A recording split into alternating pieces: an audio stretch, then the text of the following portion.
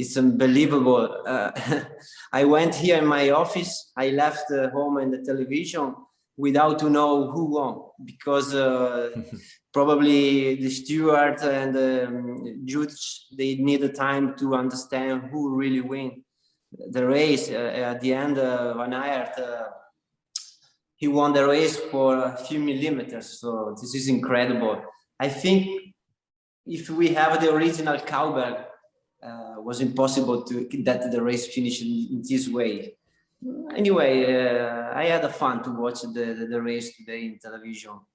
Fortunately for the riders, no rain, not much wind, a good day, warm probably and sunny, and it's been an amazing race for me to watch on television. I mean, So honestly, Damiano, when you saw the finish, who did you think had won the race on pure instinct? I am a curious observer when I watch the race on the television. I have seen many situations that sometimes the running commentary, they don't say. For example, when you ride 260 kilometers in a classics race, over 7 hours to ride, at one point, some cyclists, they have like a blackout because the sugars and the energies go over. One count is to do 180 kilometers. When you pass 200 and 250 kilometers, it's completely another race. And today I have seen guys like Alain Philippe, a little bit tired at the end. Roglic, he spent a lot of energy for his mates. And yes, at the end, won the race, probably the three riders that at the moment they are riding better. Van Aert, Pidcock and Schachmann. They have done an amazing 10 kilometers to go. Very interesting to follow in television.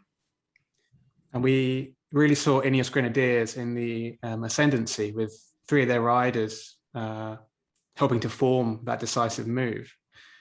So Joe, could Ineos have done anything different, anything better to maybe win the race? It's a great question. I think they did try an attack with Kwiatkowski when they had Carapaz and Pidcock as well in that group. But I think out of those three, it was quite clearly Pidcock the strongest Ineos rider today. So I think it was probably to go up the roads with Pidcock. I think Carapaz as well tried a little acceleration at one point into a descent, but I think Pidcock was the strongest of the Ineos guys for sure. So I think it was the right move, definitely, to try and win the race with him. We have to talk about Tom Pidcock. He's 21. He's been a pro for 4 months, and he nearly wins a very big bike race. How impressive was that, Damiano? Can you put it into words? My impression about him is he's a really good rider, very young, had the first experience in the world pro cycling. Today he shows his skills. I think he will be in a big future. At the same time, his team, Ineos, they have a good race today. It's not easy to win in a race like this, where there are many riders, they have the chance to win. Anyway, Ineos, for me, is the biggest team in the cycling because they can fight for Amstel Gold Race, Giro d'Italia, Tour de France. They are competitive all the year. And Pidcock, it's for sure a rider to follow for the next year. I don't know really well him. I don't know what is really his skills. I think he's a good rider for one-day race. I am curious to see in big Giro in the next year.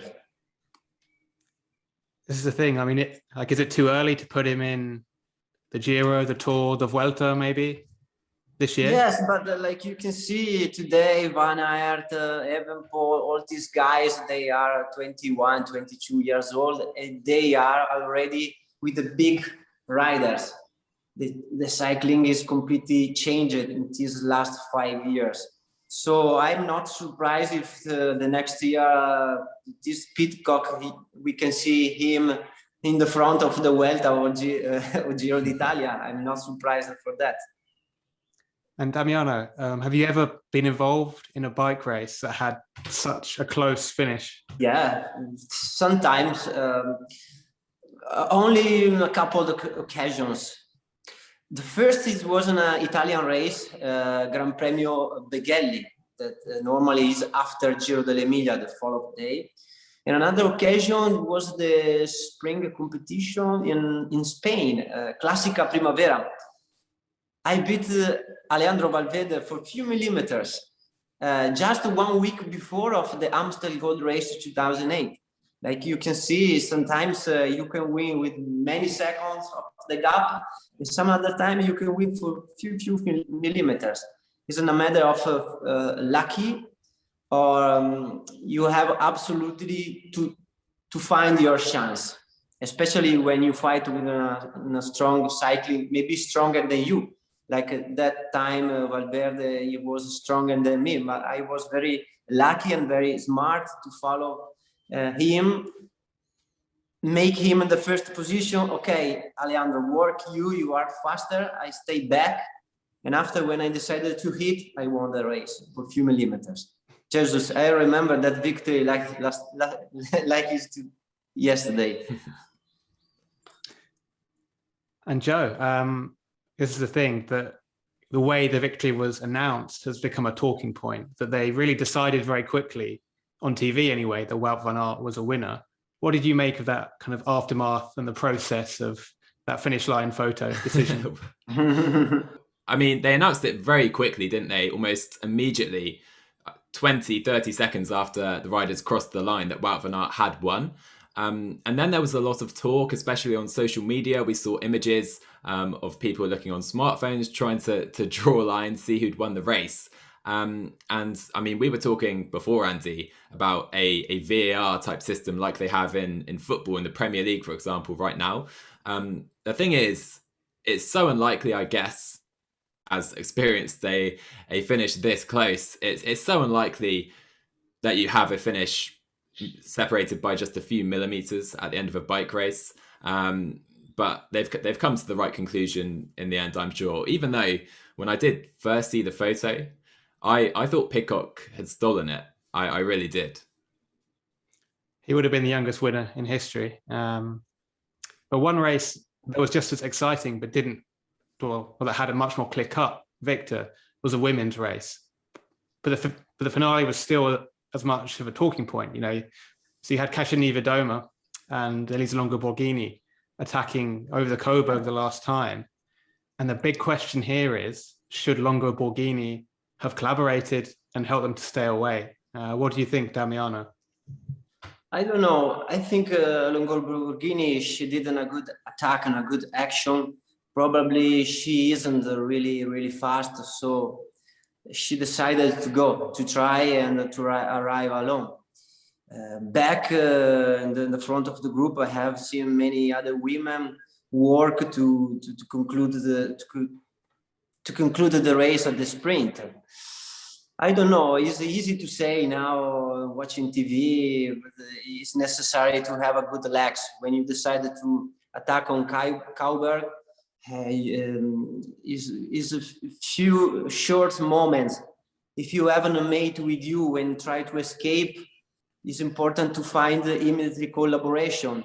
And you have to be lucky that maybe back this slip for a while you can arrive.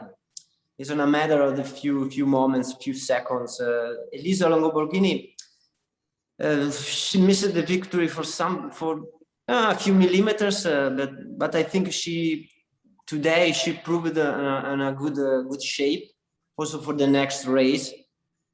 Don't forget that today has been a big woman, really, really strong. I think she is from Netherlands, correct? Is she from Netherlands? She won in the house. She is in the house. She was obliged to win today. Yeah, that's a very good point. So Jumbo-Visma is a Dutch team, and winning the Amstel Gold is really like winning the lottery for them. Also, it's very important for them win at home.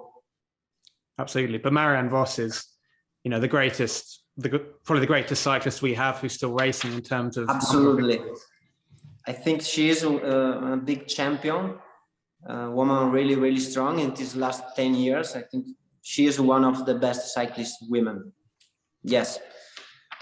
And what else?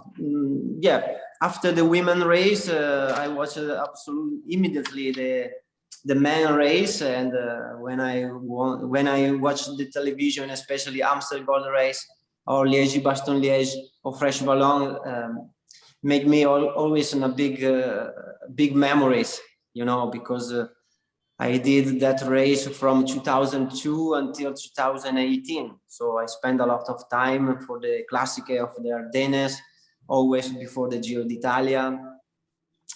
I have good memories, like many podium, many victories, many delusions. Sometimes you work for women is not always possible. So what makes this race special and so different to the other races, Damiano? I don't know, probably Amstel Gold Race is unique like a race because it's the take the name by the Amstel beer. I have memories, many supporters, many people aside of the cowgirl with big beers.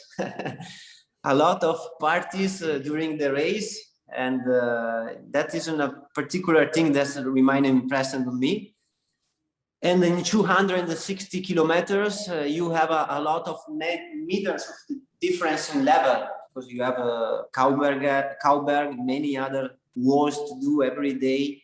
You accumulate many meters of difference in level and become a really hard race, Amstel Gold Race. Not like Liège-Bastogne-Liège, but very similar. And so what are your memories of your victory in the Amstel Gold Race in 2008? Yes, great memory. I remember that day like it's today. I remember a big Frank Schleck. He was together with Alejandro Valverde, the other two guys that could win the race. Andy Schleck in the last 350 meters, he attacked because he wasn't fast, but his only option to win was to attack. And he did a big action. I know that he was danger. I followed immediately his will. And for me, it wasn't a matter to wait the last 150 meters because I was in good shape. I was fast. Usually in the spring, in the late spring, I'm stronger because it's in a period where I am in good period. Normally, April is a month where Damiano Cunego did good things. Also, when I was young, April, May, and August. My 3 months, my special 3 months where I could to show my skills. And usually in April we have the Classic, in May the Giro d'Italia, August many Italian classics, and usually I had a good physical condition also in October when is the moment of the World Championship or the Giro di Lombardia too, as well. So I watched the video of your victory, and I couldn't help but notice that Valverde was third, and he's still racing, and he's 40, and Rebellin was fourth, and he's still racing, and he's, well, who knows how old he is. So Damiano, is there time for a comeback for you? You're only 38, 39. No, I think many guys born in 1979, 1980, 1981, like me, we retired a few years ago. Alejandro Valverde and Davide Rebellin, they are two special riders. It's completely different. I don't know why they are continuing to ride. Alejandro, I think he's doing well because today he finished 5th or 6th, I don't remember. Top 10, yeah, for sure. Yeah, he's riding for Movistar. I think he's having a good contract, and I'm right with him. I agree with him. Probably I do the same things if I have the chance. I decided to retire 2 years ago because my time to ride is gone. In Italy we say every fruit has his season. I don't know if in UK is the same thing.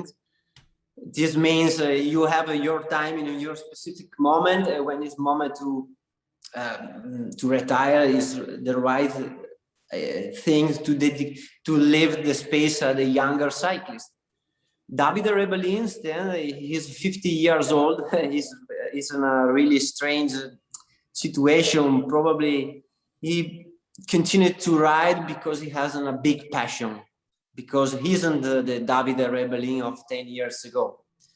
Now he's riding for an under 23 team in support for young guys. I have seen he did a Trofeo Laigueglia a few weeks ago here in Italy, but his calendar is focused only in Italy now. I think it's the last year for him. And after, I think his only job that he can follow is a director sportive, I think. Yeah, it would make sense for him to stay in cycling after the last 30 years. Before we talk about the since 1992, Davide Rebellin, since 1992. Yeah. I'm not even sure Joe was born in 1992. Before we talk about the unsung heroes, it would be good to get your opinions on the circuit, because we had an interesting, different Amstel Gold, partly because of the pandemic. The men's race was nearly 50k shorter, and we had this big circuit with the, let's get these right in Dutch, shall we? With the Gulemmerberg, the Bemellerberg and the Coburg. And it seemed to go down well on social media. It seemed to be very popular. The racing seemed good. What did you guys think of it? I think circuit racing is underrated. I think we had 13 total laps today. And on paper, when you see the profile and it's just the same hills again and again and again, it makes it boring, but it's completely the opposite in reality. I think also the riders, you get to know the circuit really well, and it does change the race, I think, because you can perhaps plan your moments better to attack and kind of work out your strategy earlier in the race too. I really like circuit racing. I'm not sure they'll stick with it post-pandemic, but as a one-off at least, I really enjoyed the race today. Damiano, your thoughts on the circuit? I'm waiting for my, yes. About today, I think it's really strange to see the background, the countryside, aside of the road, no public, no people. This is really strange. But it's already a good thing to have the race. It's already something to have the, maybe without audience, okay, but it's important that cycling continuing to promote the brand of cycling in the television. In this moment that is particularly hard with no audience, okay, for this time we can accept this.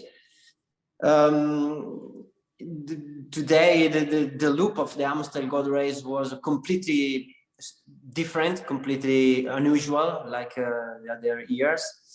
But pay attention, I think it's in a good circuit too, because today, remember, when you overtake 260 kilometers, it's always a hard race, because the cyclists start to have crises, cramps, or they start to have difficult, and usually arrive in the front to win the race riders with good skills in the long race. I hope for the next year to go back on the original circuit anyway. This year it was something really so particular and different thanks to COVID, but I hope for the next year to come back at the original circuit, because Amstel Gold Race is a historic race. She needs an original circuit, I think, with the finish line at the top of the Kauberg, with many people, you know. And for this reason, I don't know, because I am in Italy, I wasn't up there. I don't know if the Saturday they have the other race, the cycling rovers, usually they have a Gran Fondo the day before, but I think this year it's impossible to repeat the experience with people who love to ride a bicycle on the same loop of the pro cyclists. Yeah, I think probably not with the pandemic. It was just I don't think too no. dangerous. Mm-mm. Well, in every debrief, Dangerous. yeah, way too dangerous. Mm-mm. Well, in every debrief, we pick our unsung hero. So this is a rider who wasn't the winner, maybe wasn't top 10, but still really stood out for his effort or his panache. So who are your picks for the Amstel Gold Race? Let's start with you, Damiano. You mean about the top 10 today? I missed it. No, I mean kind of, we always pick a rider who stood out for different reasons, you know, maybe the Gregario. Ah, okay, sorry. I understand. That kind of unsung hero, we say in English. Do you have a kind of unsung hero from today's race? No, I watch the television and I observe every single rider with curiosity. If I don't know some young rider, I go immediately on internet to find news, to find news about him. For example, a guy like Pidcock, that is the first time that he appeared in the pro cycling. The first thing I did, I watched it on internet, on Wikipedia, who he is, and especially what he did when he was a Allievo or junior, because it's curious to see what is his story, to understand every particular details, to understand if he's a rider for big Giros or for the classic race. We have seen Van Aert, Pidcock, Schachmans, Matthews in 4th position, Valverde, Alain Philippe. It's curious to say that at the 7th place today is concluded Sbaragli, the first of the Italian cyclists. This is really important. For answering your question, I hope to find and to have soon a strong cyclist for the classic race. At the moment, we don't have enough strong rider. Young, strong rider for the classic race. At the moment, we have good riders, but for other characteristics. For example, the best rider we have is Ganna, which is a guy for time trial competition, or I think he believes in himself, he can win the Paris-Roubaix one day. I think he can do that. He has the power. But this is my opinion. Well, I think Sbaragli would be a good pick because he was the big surprise of the top 10. He's not a new rider, but nobody expected that today. Not 7th place. I don't know. I think Amstel Gold Race, it's also if you have a good shape, if you have a good preparation, rider like Sbaragli, if you ride smart, sneaky, always with the teammates that drive you in the right position to the groove, and you don't forget to eat every 20-25 moments. If you have in a good period, in a good moment, you can conclude also in the top 10 like he did. I think nobody expected this result, but he did it. And Joe, who's your unsung hero pick? For me, I think there's only one answer. I think I'm going to have to go for Mari van Sevenen of the Koenig Quick-Step. I think you may have picked him if I didn't, Andy. But yeah, I think he crashed with Schachmann, who obviously catapulted right back up to 3rd place. But Van Sevenen, I think, was more caught up in that crash. We saw him off the back with 40k to go, giving his all to get back in the main group. He did so, and he was present in the final as well, pulling in that chasing group in the final 10Ks. For me, I think Van Sevenen is my men's pick for sure. With the women's race, I think I'll go for Ruth Winder of Trek Segafredo. Yeah, she won recently, of course, earlier last week, and she gave herself up basically today, despite clearly being great form for Elisa Longo. So yeah, I'll go for Winder for the women's race as well. Very good pick. Well, before we find out what Damiano's been up to in the last few years, it strikes me we should mention the curious podium ritual of the Amstel Gold Race, where the the top three finishers all have a pint of beer in hand. It's one of the strange and quirky things of bike racing. So Damiano, when you won, did you drink all the beer? Yeah. I remember when I won in 2008 in the press conference, I have a big beer, I think big like this, side of me. But I couldn't drink because I have many journalists in front of me, and after they can say, "Hey, Damiano, what are you doing?"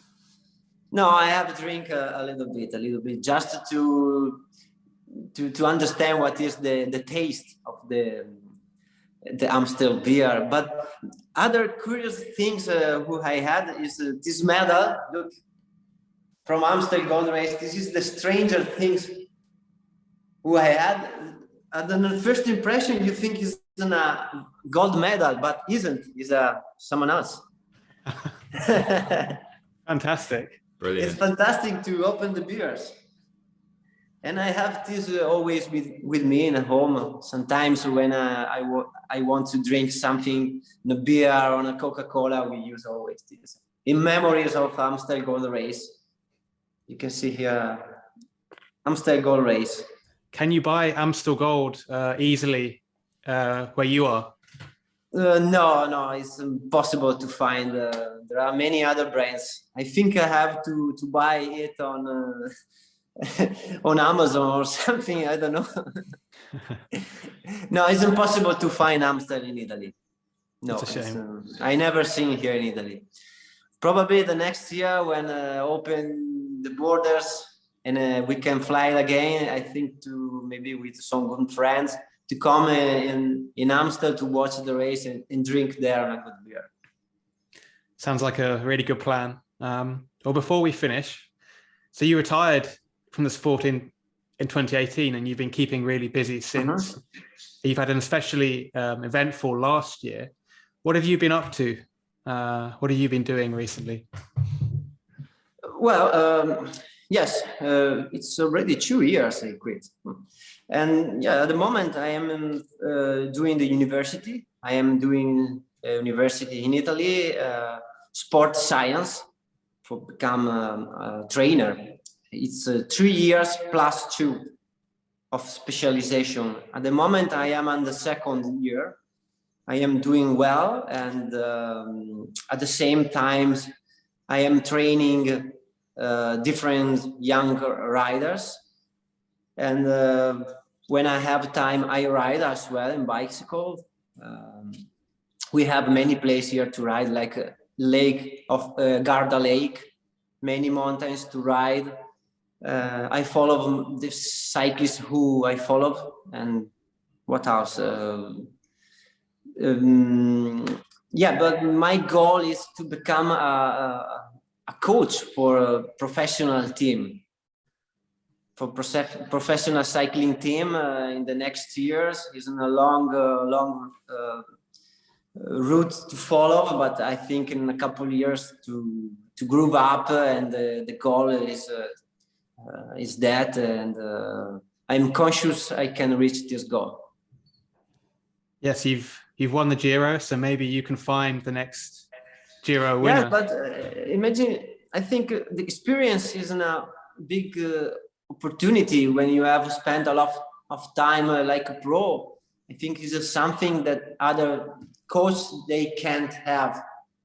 But at the same time, you have to add your experience, the study at university, listen other read a lot of books, exams. It's not enough only the experience, especially today where the cycling and the sport preparation is so specific, so scientific. It's important to study. I recognized it immediately at this point. I said, well, I got absolutely to take this graduation in sport science, because it's important for my future. Well, I was wishing you all the best for the future, and thank you for joining us for the debrief. Thanks. Yeah, it's been a pleasure having your views, guys, and join us soon, probably for Liège-Bastogne-Liège next weekend. And if you Why like the not? video, then like and subscribe. Thanks. Thank you. Bye. Cheers, guys.